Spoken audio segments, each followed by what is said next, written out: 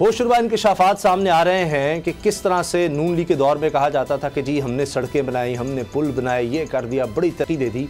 अब उन्हीं में जो करप्शन सामने आ रही है नाकाबिल यकीन है। NHA नेशनल हाईवे अथॉरिटी जिस बारे में बता रही है कि 2018 के बाद 4 रोया सड़क 20 करोड़ रुपए फी किलोमीटर सस्ती बनी, यानी 20 करोड़ रुपए। महंगाई बढ़ी है 2018 के बाद, तो फी किलोमीटर 20 करोड़ रुपया बच रहा है। 2 रोया सड़क में 6 करोड़ रुपया बच रहा है। इतनी महंगाई जो नून लीग के दौर से अगर आज कंपेयर करें, शायद 2 गुना कीमतें हो चुकी हैं। उसमें हर तरह के मटेरियल को आप शामिल कर लें, मजदूरी भी ज़ाहिर शामिल है। अब मोटरवे का 10 करोड़ फी किलोमीटर कम लागत में ठेका दिया जा रहा है। 10 करोड़ रुपया 1 किलोमीटर में बच रहा है। मरम्मती काम भी 3 करोड़ रुपए फी किलोमीटर सस्ता हो रहा है। अब इस पर कमेटी बनाई जा रही है जी, काबीना कमेटी तश्कील दी गई है जो जायजा लेगी। इसमें वज़ीर मवासलात है मुराद सईद साहब होंगे, वज़ीर तवानाई और वज़ीर इत्तलात इसमें शामिल होंगे। दस्तावेज़ात सामने गुलाम नबी साहब, अब ये कोई डॉक्यूमेंट्स तो इस तरह झूठे नहीं हो सकते, कोई पुराने बनाए जा सकते। उसमें तो लिखा होगा कि फलां सड़क बनी, उसमें ये मटीरियल शामिल था, इस तरह से हुआ, इतनी लागत आई, वो तो आज भी मौजूद होंगे। और इसी तरह से आज के, तो ये इतना फर्क कैसे आ गया? ये कुछ शाह से ज़्यादा शाह का वफादार नेशनल हाईवे अथॉरिटी में कोई पैदा हुआ है। इनको ये नहीं पता कि नेशनल हाईवे अथॉरिटी नहीं तो बनाई थी वो भी सड़कें, तो चेयरमैन अगर चेंज हो गया तो बाकी सारे इंजीनियर, स्टाफ, QS और जितना जो कुछ है वो सब तो वही हैं। उनको पकड़ के जेल में क्यों नहीं डालते? मैं आपको अर्ज़ करता हूँ, ऑडिटर जनरल फॉर पाकिस्तान जो हैं उनकी रिपोर्ट्स होती हैं ऑडिट की। अगर उनकी रिपोर्ट्स हैं ऑडिट की कि इसमें करप्शन हुई है, इसमें रेट्स ज़्यादा, वो ये भी चीज़ चेक करते हैं। ऑडिटर जनरल फॉर पाकिस्तान वो ये भी चेक करते हैं कि इसका मुसाबकती रेट क्या था, क्या ये जो पहले इस तरह की चीज़ें बनी हैं उसके रेट्स ज़्यादा थे, उसके रेट्स कम थे। अच्छा, फिर इसमें BOQs होते हैं, बिल ऑफ क्वांटिटीज़, जो एक टेक्निकल टर्म है। इसमें बिचुमेन कितनी पड़ी है, इसमें कंक्रीट कितना पड़ा है, स्टील कितना इस्तेमाल हुआ है, सैंड सीमेंट कितना इस्तेमाल हुआ है, फिर ये कि मट्टी जो है वो कितनी इस्तेमाल हुई है। अच्छा, ये पूरी एक साइंस है कि आपने एक नई चीज बनानी है और अगर आपने उसकी पैकिंग की है, उसकी कारपेटिंग की है, बिल्कुल ठीक, सॉइल भी है, इलाका कौन सा था, किस तरह का इलाका था। हुजूर मैं आपको वहाँ हिली एरिया है, वहाँ दूसरा एरिया है, क्या नहीं है, ये बहुत सारी चीजें हैं। तो 2018 के ऑडिट एतराज़ात जो हैं वो तो क्लियर हो गए हैं पब्लिक अकाउंट कमेटी से, उसमें तो कोई चीज़ नज़र नहीं आई। तो ये शायद तर्जमान साहब ने कोई नई खुर्दबीन लगाई है। अच्छा। उनको वो चीज़ नज़र आई है। ये वो कंटेंट एनालिसिस या कोई इस तरह की चीज़ बना के ताकि हुक्मरानों के मज़ीद नज़दीक हो जाएं। अच्छा। और कोई फ़ायदा ले सकें, इस तरह की सूरत हाल लगती है मुझे इसमें। अच्छा, इसमें एक और चीज़ भी है। जी। आप ये देखें कि बड़े बड़े कर्जा कमीशन बनाए गए थे और बड़ा पता नहीं क्या क्या कुछ होना था कि कहाँ आया कर्जा, कहाँ गया, शहजाद अकबर साहब कहाँ के कर्जा, वो किधर गए कमीशन और वो बाकी सड़कें। अब देखें वो जहाज़ों सर, वो फ्लैट्स, ब्रॉडशीट और पता नहीं किधर किधर की चीज़ें जो थी वो खोज हो रहा था। अब सड़कों का खोज होना शुरू हो गया। अब इससे अंदाजा लगा लगे इसके बाद फिर सब्जियों फ्रूटों का भी खोज में खत्म शुरू हो जाएगा। लेकिन अगर सर कहीं करप्शन हुई है तो उसमें कोई हर्ज नहीं है, उसको देखा जाए। अब वो कह रहे हैं कि सड़कें पहले से कम लागत बन रही है, तो बड़ी बात है। अच्छा, अब NHA की आपने चूँकि बात कर दी है, वो भी एक ऐसा इदारा है जिसमें ब्यूरोक्रेसी भी है। लेकिन बाबर डोगर साहब, अब ये इतनी बड़ी खबर सामने आ रही है कि पहले हम ये कह रहे थे कि जी ब्यूरोक्रेसी जो है वो साथ नहीं दे रही इमरान खान साहब का, नई हुकूमत का, ये उनसे काम ले, गवर्नेंस नहीं हो रही। लेकिन अब तो ब्यूरोक्रेसी के खिलाफ हो गई है ये, यानी अंदर से ही कि जी हमने अहकामात ही नहीं मानने। तो मुल्क में हो क्या रहा है, कैसे ये मुल्क चलेगा? सरकार तो चलनी इन्हीं से है, सरकारी अफसरान से। वो एक दूसरे से लड़ रहे हैं कि हम तुम्हारी बात नहीं मानते, मैं ज़्यादा बड़ा अफसर हूँ। ये क्या है? उसामा साहब, पंजाब में ये 3 सालों में 5वें चीफ सेक्रेटरी हैं। अच्छा, खान साहब ने इनको खुद लगाया है और इस टारगेट के साथ लगाया है कि जनाब ये पंजाब में गवर्नेंस को बेहतर करेंगे, पंजाब में जनाब ये जो महंगाई है इसको कंट्रोल करेंगे, पंजाब में जो डेवलपमेंट का फंड जो है इसको बेहतर तरीके से खर्च करेंगे, उसमें बेहतरी लेके आएंगे, पंजाब की गवर्नेंस को बेहतर करेंगे। अब कामरान अली अफजल साहब जो हैं उनको चीफ सेक्रेटरी लगा दिया गया। दूसरी तरफ उनसे एक सीनियर, बल्कि 2 सीनियर लोग जो हैं वो पहले पंजाब में मौजूद हैं, जिनमें एक होम सेक्रेटरी पंजाब है जिनको एडिशनल चीफ सेक्रेटरी होम कहा जाता है, और दूसरे जो है वो बाबर तारड़ साहब हैं, वो ग्रेड 22 में हैं और वो बोर्ड ऑफ रेवेन्यू में लगे हुए हैं। अमूमन होता ये है कि जब कोई comparatively junior chief secretary Punjab में आता है, जो सीनियर होते हैं वो वफाक में चले जाते हैं।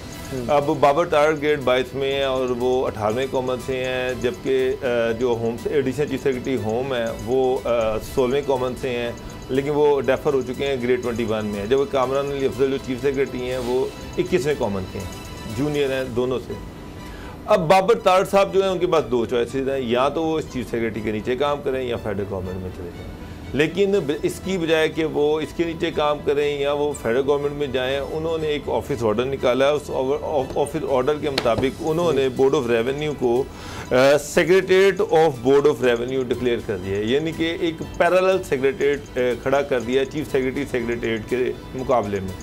और अब ये है कि जनाब वो चीफ सेक्रेटरी के नीचे कोई मीटिंग अटेंड नहीं करते। इवन वज़ीर आला ऑफिस में जो रेवेन्यू के हवाले से कोई मीटिंग होती है तो उसमें भी वो उनकी कोशिश होती है कि वज़ीर आला ऑफिस जो है वो वहाँ पर एडिशनल चीफ सेक्रेटरी भेज दे। अच्छा, यानी कि वो कामरान अली अफजल जो चीफ सेक्रेटरी हैं उनके नीचे काम करने को तैयार नहीं। तो इस तरह तो हर डिपार्टमेंट का सेक्रेटरी कहेगा उठ के, एजुकेशन का भी, फलां का भी कि जी मैं अलग एक सेक्रेटरीट बना रहा हूँ। बिल्कुल आपने सही बात की कि अगर बोर्ड ऑफ रेवेन्यू का सेक्रेटरी बन सकते तो कल बाकी भी बनाना शुरू कर देंगे। अब जो बोर्ड ऑफ रेवेन्यू है उसका भी डायरेक्ट इंटरेक्शन है कमिश्नर्स के साथ, डिप्टी कमिश्नर के साथ, और चीफ सेक्रेटरी का भी है। बाबर तारड़ जो है वो इनकी रिट मानने को तैयार नहीं है। उसका नुकसान ये हो रहा है कि एक तासुर ये फैल रहा है कि जनाब जो चीफ सेक्रेटरी जो है ये 5 महीने के मेहमान हैं। अच्छा। और इनको ये ज़्यादा देर काम नहीं कर सकेंगे। उसकी वजह से ये हो रहा है कि उनको अपनी रिट मेंटेन करने में मुश्किलात आ रही हैं। अब खान साहब खुद ये चाह रहे हैं कि गवर्नेंस बेहतर हो। अब जब सीनियर बंदा जूनियर के नीचे काम करने को तैयार ही नहीं है और इस तरह के इंप्रेशन दिए जा रहे हैं और वो उसकी मीटिंग में भी नहीं जाता और उसने अपना एक पैरेलल अलहदा से सेक्रेटरी बना दिया जो पंजाब की कभी तारीख में नहीं हुआ, तो उससे गवर्नेंस का तो बेड़ा गर्क हो गया। वो तो इस तरह से तो डिलीवरी नहीं हो सकती। और इस तरह बाबर तारड़ साहब जो थे वो चीफ सेक्रेटरी के कैंडिडेट भी थे। जब चीफ सेक्रेटरी नहीं लगे तो होना तो ये चाहिए था कि उनको फेडरल गवर्नमेंट में चला जाना चाहिए था। अब खान साहब का ये काम है कि चीफ सेक्रेटरी को एक एनेबलिंग एनवायरनमेंट दें, उनको ये इख्तियार दें कि वो अपनी मर्ज़ी के अफसरान लगाएं, अपनी मर्ज़ी का बोर्ड ऑफ रेवेन्यू में बंदा लगाएं, अपनी मर्ज़ी के बाकी कमिश्नर डिप्टी कमिश्नर लगाएं और उन्हीं के अहकामात सूबे में जब एक बंदे की कमांड होगी तो गवर्नेंस आएगी। अगर 3-4 बंदे आ जाएंगे, एक तरफ वज़ीर आला सेक्रेटरीट है, एक तरफ चीफ मिनिस्टर से, एक तरफ चीफ सेक्रेटरी का सेक्रेटरीट है, अब एक नया सेक्रेटरीट खोल लिया है, एक नई साजिशों की माजगा बन गया है, तो इससे तो सुबह नहीं चल सकता बल्कि गवर्नेंस का बेड़ा गर्क हो जाएगा। सबसे इससे पहले माजी में एक दफ़ा हुआ कि चीफ सेक्रेटरी सुलेमान सदीक साहब थे और सैयद सफदर जावेद जो थे वो SMBR थे जो कि सीनियर थे चीफ सेक्रेटरी के। अच्छा। लेकिन उन्होंने अपने सुलेमान सदीक के नीचे काम किया, उन्होंने कोई पैरेलल सेक्रेटरी नहीं बनाया, ना ही उनकी रिट को चैलेंज किया। यहाँ पर तो बाबर तारड़ साहब ने तो सीधी उनकी रिट को चैलेंज कर दिया कि जी मैं तुम्हें चीफ सेक्रेटरी नहीं मानता, और उन्होंने एक सेक्रेटरीट बना दिया है। तो उससे अब गवर्नेंस के बड़े सीरियस इश्यूज आ रहे हैं। यानी कि वो CM जो है सीनियर सेक्रेटरी उसको भी ये है कि जनाब अब अगर बाबर तारड़ को बुलाना है तो चीफ मिनिस्टर को नहीं बनाना, एडिशनल चीफ सेक्रेटरी को बुला लें, किसी और अफसर को बुला लें, क्योंकि बाबर तारड़ साहब जो है उनकी कमांड के नीचे काम नहीं करना चाहते। तो इसका नोटिस प्राइम मिनिस्टर को लेना चाहिए, चीफ सेक्रेटरी को अच्छा एनवायरनमेंट देना चाहिए, अच्छी गवर्नेंस देनी चाहिए। अदरवाइज पंजाब जो है वो एक मजाक बन गया है ब्यूरोक्रेसी के हवाले से। ब्यूरोक्रेसी को ठीक करना, एक वो जो नेगेटिविटी है उसको खत्म करना एक बहुत बड़ा चैलेंज है चीफ सेक्रेटरी के लिए। लेकिन अब इस तरह का जब एनवायरनमेंट होगा तो मेरा नहीं ख्याल कि वो बेचारा कुछ बेहतर कर सकेगा। उससे आप सवाल भी क्या करेंगे, मेरी सुनता यहाँ कौन है। अच्छा गुलाम नबी साहब, आप इस बारे में क्या कहेंगे? सेमेस्टर सिस्टम चूंकि चलता रहा है तो अब उनको भी लग रहा है कि जो भी आया इसमें कौन सा कोई वक्त निकालना। बड़ी ज़बरदस्त स्टोरी है बाबर डोगर साहब की, इनकी अपनी इन्वेस्टिगेशंस हैं ये, और इसमें 1.5 इंच की मस्जिद जो बंदा बना रहा है उसका वाकयातन वहाँ चीफ सेक्रेटरी को नोटिस लेना होगा। अदरवाइज फिर ये है कि प्राइम मिनिस्टर को नोटिस लेना होगा, प्राइम मिनिस्टर को नोटिस लेना होगा। जी प्राइम मिनिस्टर भी इसका नोटिस लें, वज़ीर आला खुद देखे कि क्या हो रहा है। जाहिर है कि प्राइम मिनिस्टर ही पंजाब के मामला देखते हैं तो सारे मामला को वो खुद अगर देखें तो ज़्यादा बेहतर है, और नहीं तो फिर यही है कि दोबारा चेंजेस इसी तरह जिस तरह हर 2 महीने बाद वहाँ तब्दीलियाँ आती हैं, फिर 2 महीने बाद तब्दीलियाँ आनी शुरू हो जाएंगी।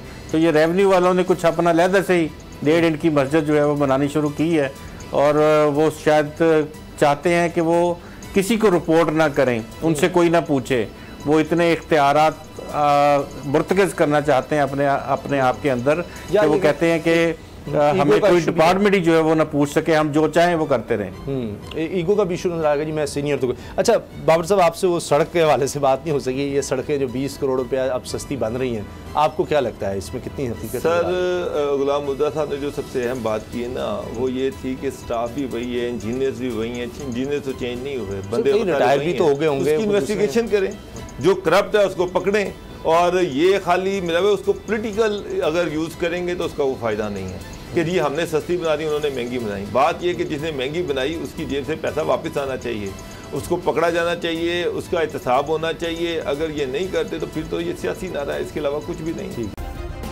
सब्सक्राइब करें और बेल दबाएं ताकि कोई खबर रह न जाए।